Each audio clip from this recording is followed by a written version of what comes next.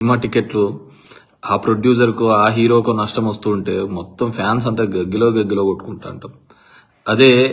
అదే ఫ్యాను వాళ్ళ ఇంట్లో పండించిన పంటకు గిట్టుబాటు ధర లేకుంటే అది లేదనమాట. దీని మీదే మనం పడుతూ అంటాం అనమాట. So this is how the beauty of democracy. So ఆ విధంగా ఉంది. మనం ఆ విధంగానే భరిస్తున్నాం, బతుకుతున్నాం. అదే నా విషయంలో కాదు, నేను గవర్నమెంట్లో ఉన్నప్పుడు కూడా చెప్పిన వాడిని. సో ఈరోజు అండ్ అదేవిధంగా నిన్న పద్మశ్రీ, పద్మవిభూషణ్ వచ్చిన వాళ్ళందరికీ కూడా ధన్యవాదాలు. దీంట్లో నాకు అన్నిటికంటే ఏంటంటే మందకృష్ణ మాదిగకు వచ్చిన దానికి, బికాజ్ ఆ అసమానతలు ఉన్న రోజులలో, ఆ విధంగా ఉన్న కాలంలో కూడా ఏ రోజైతే దూరంగా పెడుతున్న ఆ సందర్భాల్లో తన ఇంటి పేరుగా మార్చుకొని, మందకృష్ణ మాదిగా అని మార్చుకొని దాన్ని క్యారీ చేస్తూ వచ్చినాడు. 30 years క్యారీ చేస్తున్నాడు. It's not that easy. ఎందుకంటే ఆ రోజున్న సందర్భం అలాంటిది.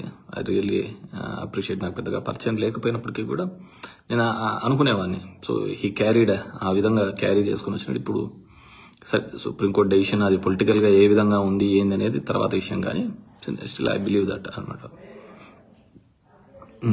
అండ్ రెండోది, అండ్ ఎలక్ట్రోల్స్ గురించి చెప్పాను. రిగ్గింగ్ ఆ రోజు పేపర్ బ్యాలెట్ల మీద జరుగుతుంటే ఇప్పుడు ఇవి. సో నేనేం జరగలేదని కాదు, నేను కూడా ఎప్పుడు చెప్పేవాడిని. మా నాన్న వాళ్ళు కూడా 94లో రిగ్గింగ్ చేసినారు, అప్పుడు ఓడిపోయినారు.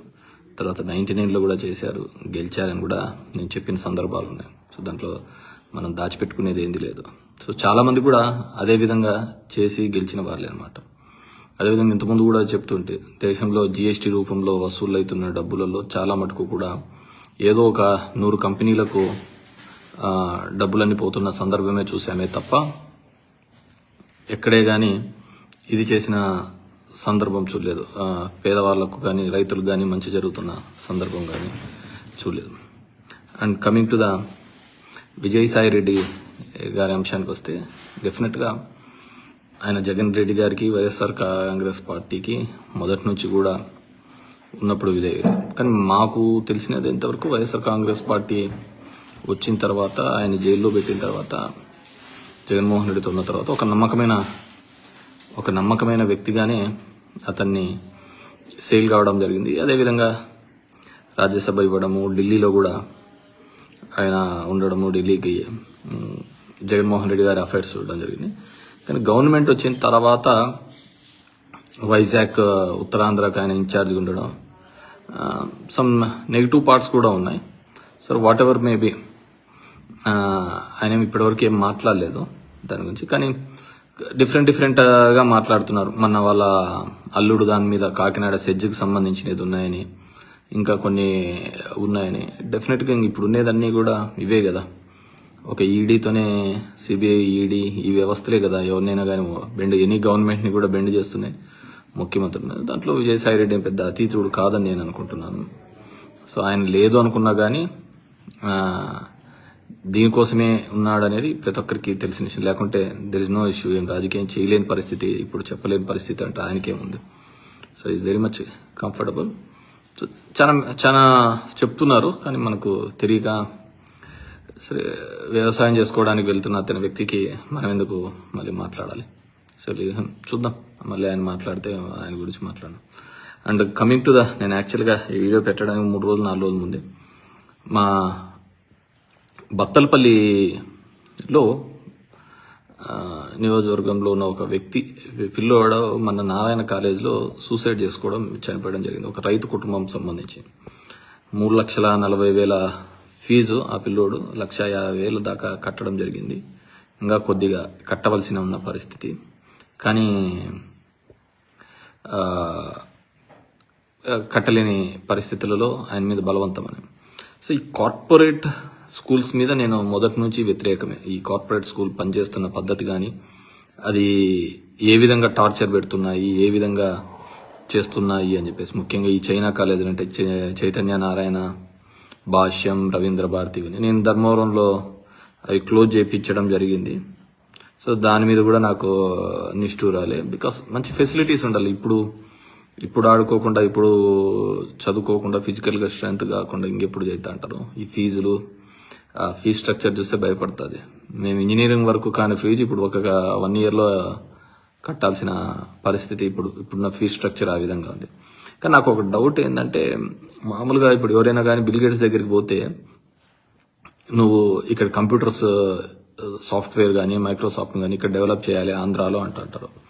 అట్లాంటిది నారాయణ వాళ్ళ కాలేజెస్లో నెంబర్ 1, 2, 3, 4, 10 వరకు వాళ్ళకే ర్యాంకులు వస్తున్నప్పుడు ఆయన అతన్ని ఎడ్యుకేషన్ మినిస్టర్గా పెట్టి ఇక్కడున్న గవర్నమెంట్ స్కూల్స్ను కూడా అదే విధంగా డెవలప్ చేయొచ్చు కదా. మామూలుగా హీజ్ ఎక్స్పర్ట్ కదా దాంట్లో, మంచి చదువులు చెప్పించడంలో, మంచి ర్యాంకులు తెప్పించడంలో నారాయణ ఎక్స్పర్ట్ అంటున్నారు.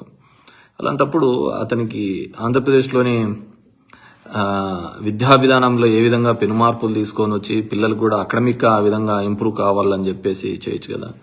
ఎందుకంటే చేస్తే గవర్నమెంట్ స్కూల్లో పిల్లలు బాగుపడితే ప్రైవేట్ స్కూల్లోకి ఎవడు పోడు కదా. మా జగన్ రెడ్డికి అప్పుడు తిక్కబట్టి ఇవన్నీ కూడా గవర్నమెంట్ స్కూల్లో అన్ని ప్రైవేట్ దాంట్లో కాంపిటీషన్ అన్ని పెట్టి చేసి ఆ ప్రైవేట్ స్కూల్లో వాళ్ళందరూ మాకు నష్టం వచ్చిందని వాళ్ళు ఏడ్చి మా మీద ఇన్ని తెచ్చుకొని రావడం జరిగింది. వాట్ ఎవర్ మేబీ, అందరికీ కూడా once again happy Republic Day. What ever maybe, Saireddy అంశం కావచ్చు, ఇంకో అంశం కావచ్చు, వైఎస్ఆర్ పార్టీకి వచ్చే పెద్ద నష్టం ఏం లేదు. ఎందుకంటే నేను మొదటి నుంచి చెప్తూనే ఉన్నా, వాళ్ళ ఇంట్లో వాళ్ళే ఇతను వ్యతిరేకించినారు. వాళ్ళ ముందు చూస్తే వీళ్ళు పోయేవాళ్ళు కావచ్చు, ఉండేవాళ్ళు కావచ్చు, ఇట్స్ నాట్ బిగ్ డీల్ అని నేను అనుకుంటున్నా. ఇంట్లో సొంత చెల్లినే ఇతని నాశనాన్ని నిరంతరం కోరుకుంటా ఉంది. అది చంద్రబాబు కన్సర్నర్లో ఉండో లేకుంటే ఇంకోరు కన్సర్నర్లో నడిపిస్తున్న విషయం మనం చూస్తున్నాం. అలాంటి వాళ్ళ ముందరనే వాళ్ళనే ఎదుర్కొని ఇవన్నీ కాదు అని చెప్పేసి జగన్మోహన్ రెడ్డి ముందుకు వస్తున్నాడు. బేసిక్ ఒకటి మనం అందరం ఆలోచించుకోవాల్సింది ఏంటంటే, జగన్మోహన్ రెడ్డి అనే వ్యక్తి లేకపోతే చంద్రబాబు నాయుడు కావచ్చు, వాళ్ళ కుతంత్రాలకు కావచ్చు, అసలు హద్దే ఉండదు. He is the one. వాళ్ళను అడ్డుకట్ట వేసి ఒక రెసిస్టెన్స్ చూపిస్తున్న వ్యక్తి ఎవరైనా ఉన్నారు అంటే అది జగన్మోహన్ రెడ్డి. మీరు ఆలోచించుకోండి, ఈ ఆంధ్రప్రదేశ్ రాష్ట్రంలో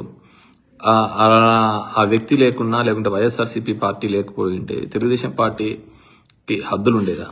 ఒక పార్టీ నిర్మాణం కానీ, ఒక పార్టీ సంస్థాగంగా ఎదగాలంటే ఐడియాలజీ మీద ఎదగాలి. సరే, ఇప్పుడున్న చాలా పార్టీలు అవన్నీ మర్చిపోయినాయిలే అనుకోండి, కమ్యూనిస్ట్ పార్టీలతో సహా మర్చిపోయినాయని నా ఫీలింగ్ అయితే. సో అందుకే మీరు చూసినారంటే ఒక్కరి కోసం దేశంలో ఎక్కడా ఉండదు.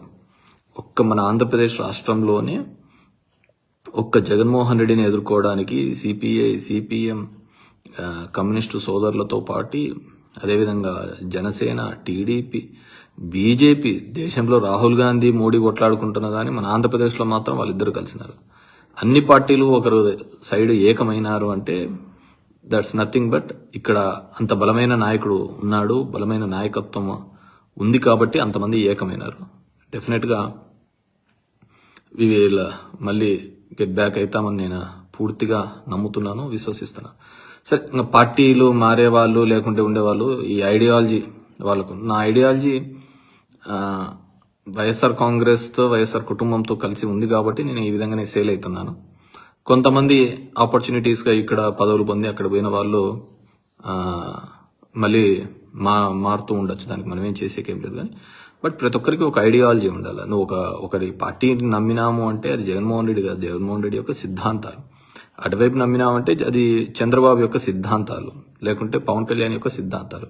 ఇప్పుడు వాళ్ళిద్దరిలో ఎవరికే కానీ చెప్పిన మాట మీద ఒక పూట ఉండేది, ఇంకో పూట ఉండదు. ఈ రోజు మాట్లాడే మాట రేపటికి ఉండదు. ఇప్పుడు తిరుపతిలో చూసినాము, తిరుపతిలో ఎంత కావాలంటే దాన్ని అంత బర్స్ట్ పట్టించినారు. తిరుపతి యొక్క మొత్తం దాని యొక్క ఇంపార్టెన్స్ అందరినీ కూడా వీళ్ళు మాట్లాడే పద్ధతిని బట్టి చెడిపోయింది కదా. వాడు లడ్డులో కొవ్వు ఉందంటారు, అనిమల్ కొవ్వు ఉందంటారు, అది ఉంటారు, ఇది ఉంది అంటారు. సో డెఫినెట్గా ఒక మంచి చర్యలు తీసుకోవాలని చెప్పేసి నిన్న కూడా ఎవరో చెప్పారు సిబిఎన్ దావోస్ మీద అని. పాపం దావోస్ మీద మనం అన్న ప్రతిసారి పెట్టుబడుల కోసం అంటుంటాం. నేను చంద్రబాబు నాయుడు ఎంత నీట్గా చెప్పేశాడు, దావోస్ పోతే పెట్టుబడులు ఏడైనా వస్తాయా? ఇట్స్ ఒక ప్లాట్ఫామ్, అందరినీ కలవడానికి ఒక ప్లాట్ఫామ్ అని చెప్పేసి చెప్పినారు. దానికోసం పాపం ఎన్టీవీ, ఎన్డీటీవీ, ఒక 2-3 మీడియా సంస్థలకు ఈవెంట్ మేనేజ్మెంట్ కూడా డబ్బులు ఇవ్వడం జరిగింది అనమాట. సో ఆ విధంగా ఉంటుంది. మన రాష్ట్రంలో కావచ్చు, మన దేశంలో జరుగుతున్నది ఏంటంటే రాజకీయమో ప్రజాస్వామ్యమో కాదు, ఈవెంట్ మేనేజ్మెంట్ జరుగుతుంది. ఆ ఈవెంట్ మేనేజ్మెంట్లో ఎవడు సక్సెస్ఫుల్గా కలరింగ్గా నీట్గా చేస్తాడో he is going to get success, అంతే, అంతకుమించి వేరేది ఏంటి. So I wish all the best, take care, thank you.